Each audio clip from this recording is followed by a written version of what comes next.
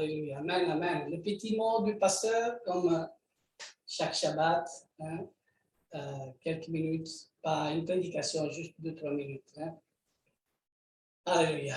Alors, je voudrais bien lire Jean chapitre 8, versets 30 et 31. C'est vraiment rien que ce passage qui nous conforte là et nous conforte aussi à nous tous ce Shabbat. Ce Shabbat qui est tellement béni et que cette bénédiction continue toujours à nous suivre tout au long de cette journée. Je m'associe aussi aux prières qui ont été données vers Serge, Anne, Fabel, Ruth, Andy, Violette, Grâce, Dominique aussi, la sœur de Bernard. Nous prions vraiment constamment. Et surtout, j'ajoute Edgar et Carolina, le peuple d'Israël et surtout la guerre en Ukraine. Que cette parole vraiment puisse toucher ses cœurs et aussi pour ceux qui vont écouter ces 3 minutes par après par YouTube. Ce passage, il dit, comme Yeshua parlait ainsi, plusieurs crurent en lui. Et il dit aux Juifs, son peuple, qui avait cru en lui, si vous demeurez dans ma parole. Voyez, ici, il parle à son peuple. Et comme il parle à son peuple, il parle au monde entier. Parce que c'est le peuple d'Israël qui doit après transmettre au monde les paroles du Messie, de Yeshua HaMashiach. Parce que c'est le peuple d'Israël qui a reçu la Torah. Et justement, cette Torah vivante, il se présente vivement autour de son peuple. Et comme il y a eu plusieurs qui ont cru en lui, Yeshua il dit ces paroles à ces Juifs de son peuple qui ont cru en lui. Si vous demeurez dans ma parole, vous êtes vraiment mes disciples. Et alors, vous connaîtrez la Torah, la vérité. Parce que la Torah, qui est la vérité, on peut vraiment la connaître par la révélation de Yeshua HaMashiach. Et pour connaître Yeshua HaMashiach, pour que nous ayons vraiment cette révélation du Messie, il faut que la Ruach HaKodesh, l'Esprit, incarne sa parole. Si l'Esprit n'incarne pas la Torah, nous ne pouvons jamais la recevoir. C'est pour ça que cette promesse qui a été donnée par Moshe au peuple d'Israël, c'est Moshe même qui avait prédit.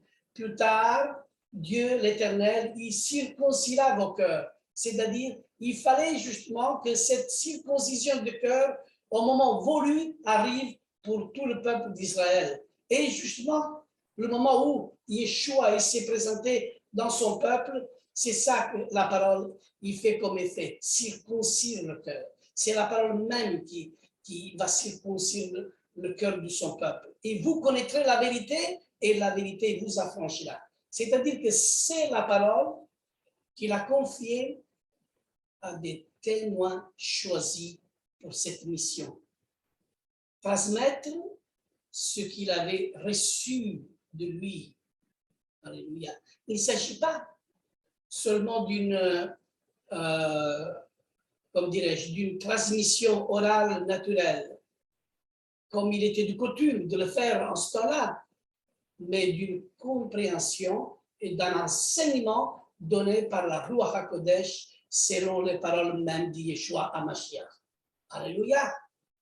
Puis, il leur dit, c'est là ce que je vous disais lorsque j'étais encore avec vous, qu'il fallait qu'il s'accomplisse tout ce qui est écrit de moi dans la loi de Moshe, et aussi dans les prophètes et dans les psaumes.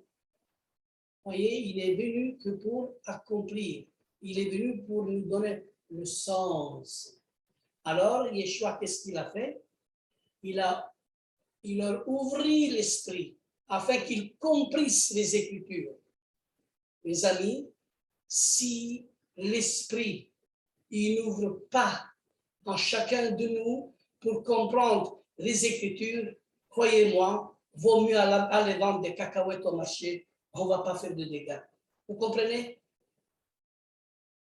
Pour porter la bonne nouvelle, pour apporter la nouvelle, celle qui est d'Yeshua à Mashiach, il faut être rempli de l'Esprit du Seigneur. Et c'est lui-même, le Seigneur, qui nous ouvre l'Esprit à lui-même. Il faut que notre esprit soit ouvert par l'Esprit d'Élohim, parce que l'Esprit communique à l'Esprit d'Élohim. L'âme sert à découvrir nous-mêmes qui nous sommes intérieurement, à travers l'émotion, la volonté, la raison, l'intellectuel.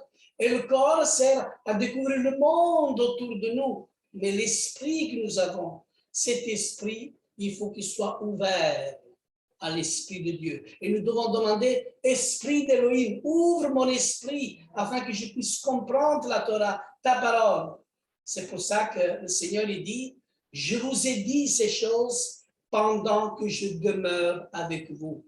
Mais le consolateur, la Ruach HaKodesh, que le Père enverra en mon nom, il vous enseignera toute la Torah. Il vous enseignera toutes les choses écrites dans la Torah. Et il vous rappellera tout ce que j'ai dit, parce que c'est lui la Torah. C'est l'Esprit qui va vous rappeler de tous les passages bibliques de la Torah. Alléluia. Quand le consolateur sera venu en vous, il faut aller chercher l'enseignement des apôtres, celles qui ont été investies, envahies par la Ruach.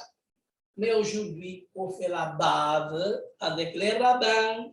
Tout de suite, on arrive, bien sûr qu'il y a beaucoup de bonnes choses que les rabbins ils nous racontent, mais ce n'est pas le fondement des rabbins que nous devons chercher. Nous devons chercher le fondement des apôtres remplis de la Ruach HaKodesh, inspirés par Yeshua, enseignés par Yeshua, conduits par Yeshua, afin que le nom de Yeshua soit élevé. Et les vrais témoins, les véritables témoins, sont ceux qui prononcent le nom de Yeshua à Mashiach.